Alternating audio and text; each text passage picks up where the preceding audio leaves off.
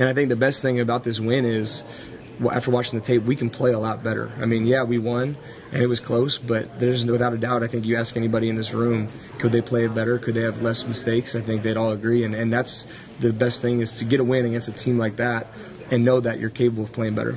Was that pass to Gary Barnidge maybe one of the best things you've had in your career because of the situation?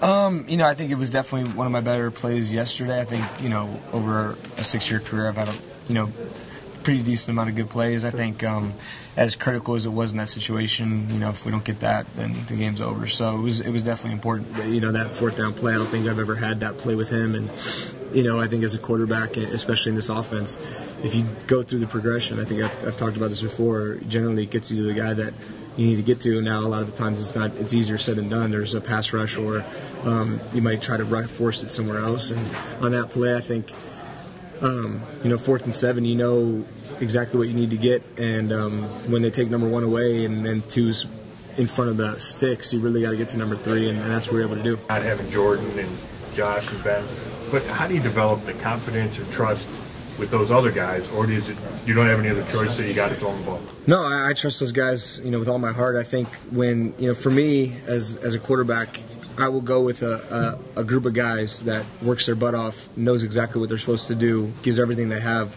over a group of guys that are super talented any day. Because I think guys like that, like Hawk, like Gabriel, like Travis, like Miles, you know, we've all been overlooked, myself included. And when you have that mentality, you put the extra effort in, and you make sure, you know, you're on top of everything. And I think sometimes that overcomes talent. Does the team take on the personality of its coach? Yeah, I think it always does. Yeah, I think, you know, Coach Pettin, obviously, he's got the look and he's got the attitude to back it up. And we're built on toughness, not just, I think when people hear toughness, they think, you know, macho.